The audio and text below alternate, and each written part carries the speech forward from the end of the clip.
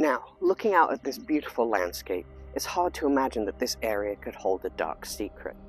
And the dark secret that I'm referring to today is, of course, the Great Burger Wars. Every year in the month of April, the Annapolis Valley is thrown into chaos as burgers across the land compete for the top spot of being the tastiest. Now, it's hard to get to the exact origins of this war. The experts disagree, but some experts say that it goes back as far as 2016. With the aid of modern technology, as well as state-of-the-art scientific techniques, we've been able to piece together the origins of this war, and we think that it went something a little bit like this. Hey buddy, you see that guy over there? Hello! Well, he says he's the tastiest burger in all the valley, and you're just okay.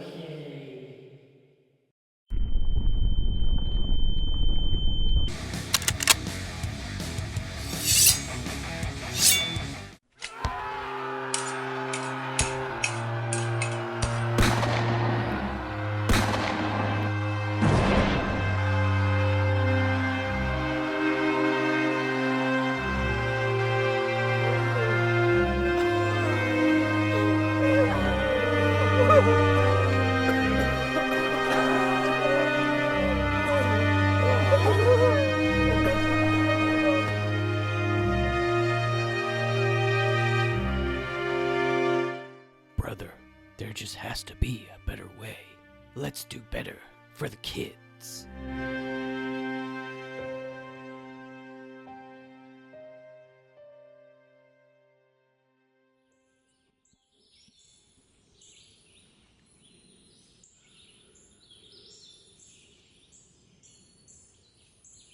Man, that's powerful stuff.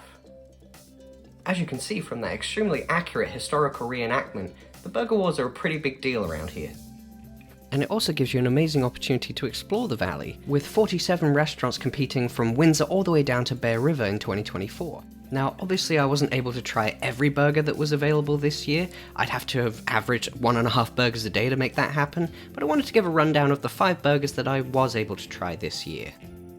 So first up on this list was the Maritime Express Brisket Smash Burger. This was made with American cheese, a house-made burger sauce, bread and butter pickles, pickled jalapenos, and of course, that brisket-based patty. And I always love going to Maritime Express because the house frites are amazing, covered in a spicy aioli and green onions. They're just delicious.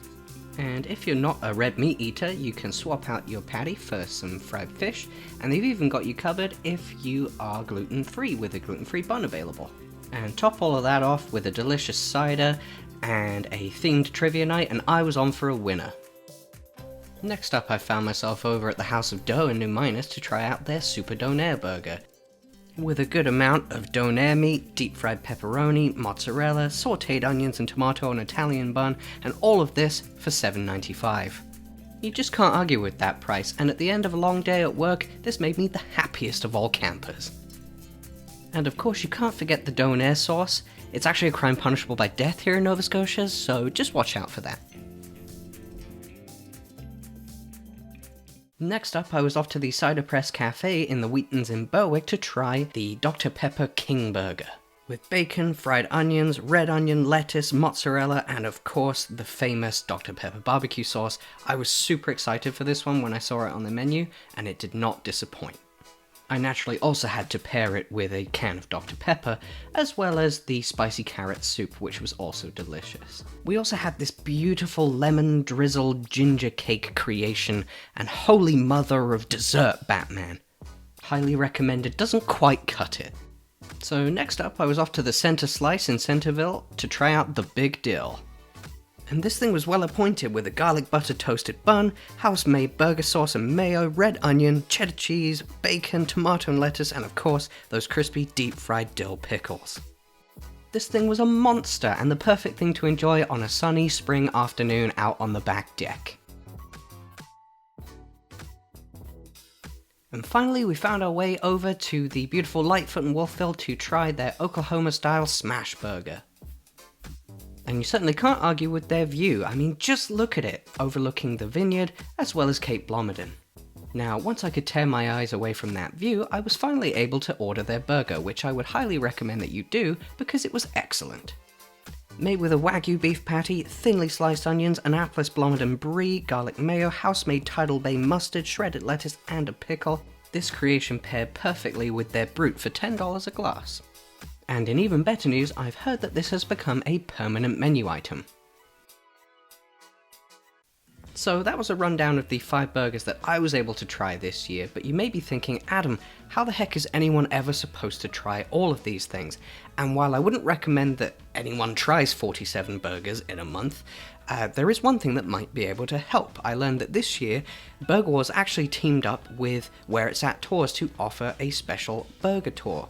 Now, these tours are great in that they offer an opportunity to visit 2 to 7 locations and give you half orders of each of the burgers so that you can actually walk after you've sampled them all. So this was something great that I learned this year, and I may have to try that out next year just to be able to sample a few more of these burgers. So now that the burgers are all best friends, what does that mean for the actual Burger Wars? Well, nowadays the burgers don't actually have to fight it out to know who's tastiest. The Campaign for Kids actually came in and came up with a public voting system. So now the public votes for who's tastiest, and it stops any unnecessary burger deaths that happened in the past.